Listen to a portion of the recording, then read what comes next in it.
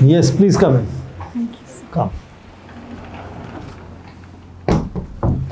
Good morning, sir. Good morning. Please take the chair. Thank you. Sai Manasa NC. Yes, sir. Good morning to you. I hope you're all fine. Yes, sir. Thank you. Okay. So tell me why you want to be a civil servant, first of all. So, when I was in college, I was part of the Model United Nations Club, and there I developed an interest in foreign policy. And I began to feel that the civil services, and especially the Indian Foreign Service, offers a lot of things that I would like to have in a career. I want to explore the world, learn new languages, interact with new cultures, and I want to contribute to the nation in a way that directly impacts the people. So I felt Is that there something special about Indian Foreign Service now compared to say 5 years, 10 years before?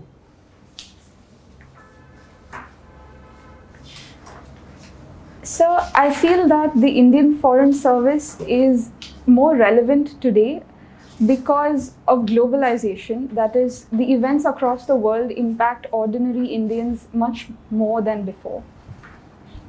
When did Indian Foreign Service begin? You remember what led to creation of Indian Foreign Service, or was it something else before and then became something else? So during the colonial era, it was the Foreign and Political Department, sir. And in 1946, it became the External Affairs Division and later the Indian Foreign Service. Civil service itself, how did it begin? So it began as part of the East India Company when the company needed people to manage its affairs and the administration of the country. Who was the first native Indian to become civil servant during colonial times? So it was Surendranath Banerjee. Where in Constitution is UPSC established? So I'm afraid I don't know the article. Any idea of the history of UPSC? What was UPSC before it became UPSC? I'm afraid I don't know, sir. Okay. In foreign service, what do you think guides Indian foreign policy? We have certain national interests in mind. For instance, the security of India, the territorial integrity and the sovereignty. And we want to ensure the welfare of our people, the development of our country. So this is the primary objective of our foreign policy. Thank you. Very nice. Bajpayee sir. Just taking that point of argument one level up. What are war crimes? War crimes are certain actions that have been declared as illegal or unconscionable by certain statutes. For instance, the Rome Statute, the Rome Treaty, which India is not part of. So. What are the provisions in international law about war crimes? What does it say? Just a couple of lines. So I am only aware of the Rome Statute, and with regard to that, it makes illegal certain crimes during war. That is, civilians should not be targeted and so on. Have you heard of Nuremberg trials? Yes, sir. What were they? They were trials which were for Nazi war criminals after the Second World War. There was lots of genocide in East Pakistan way back in 1970. Must have read about it. The genocide were indigenous Bengalis by the West Pakistan, the rulers of Pakistan, who primarily belonged to the Punjab region of Pakistan, West Pakistan. And there was lots of genocide. Why weren't provisions of war crimes not invoked to punish those who indulged in such genocide based upon religion and based upon region and linguistic identity? So I believe that they weren't applied in that context because of geopolitical compulsions of the leading global players. For instance, Pakistan was a US ally at that time, and US being one of the superpowers didn't invoke them. Are you aware of UN Convention on Genocide? Have you read about it? I have not read about it, sir. Okay. Well, sir. See, yesterday, day before yesterday, it was 15th August. The Prime Minister has announced one national hydrogen mission. What is that? So it is with regard to increasing hydrogen-based fuels, sir. Okay. And I'm afraid I don't know the details. Okay. What is the long-term project for the development of infrastructure announced by Government of India recently?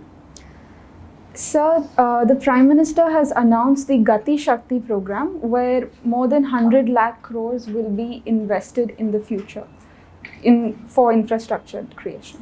Do you know something about Six Sigma management? I'm afraid not, sir. Okay.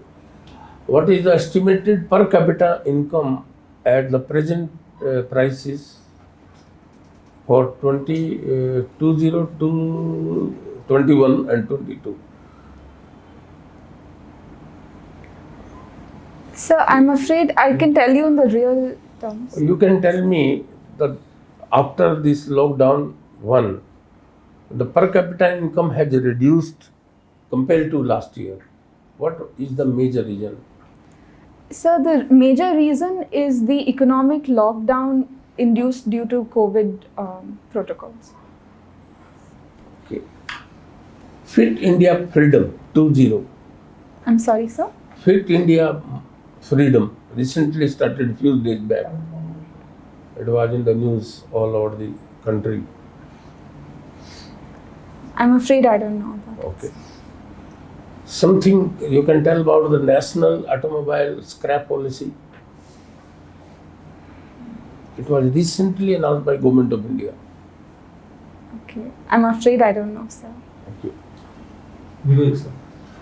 So Manasa, you talked about Gati Shakti project, right? Yes, sir. What's the basic difference between this Gati Shakti project and the already launched National Infrastructure Pipeline? I don't know, sir. I'm afraid not. Okay. Recently, the crude oil prices have started coming down in the international markets since last 2-3 weeks. But in India, the oil marketing companies have still not reduced the oil prices. It is still petrol and diesel, it is still hovering around 90 to 100. Even if the international crude oil prices have started coming down. What's the reason behind it? So I believe the oil marketing companies would have their own calculations in hedging for a future price increase, and the rates for the consumers haven't come down also because the states and the center have levied some taxes. Okay, good. Can you say something about the present state of the economy? Just if you want to speak for 30 seconds on the present state of the economy. So due to the COVID pandemic, we have seen economic lockdowns, and due to that, the business environment has been affected, especially for the MSME sector. And we have seen certain sectors falling, for instance, manufacturing, but other sectors booming, like the service sector, especially the IT infrastructure, and so on. Okay, good. Out of the various drivers of economic growth, which drives economic growth, what do you think, which is the most important driver present in the present situation, which is driving the economic growth right now? So I believe exports are an important factor right now because consumption has fallen and we have to rely on exports. Okay, and what about government spending? Yes, sir. The fiscal stimulus and the monetary policy will also have an impact. Okay. Last question. What's the basic difference between the cropping pattern of Telangana and Andhra Pradesh? You are from Andhra Pradesh, right? Yes, sir. So what's the basic difference you find?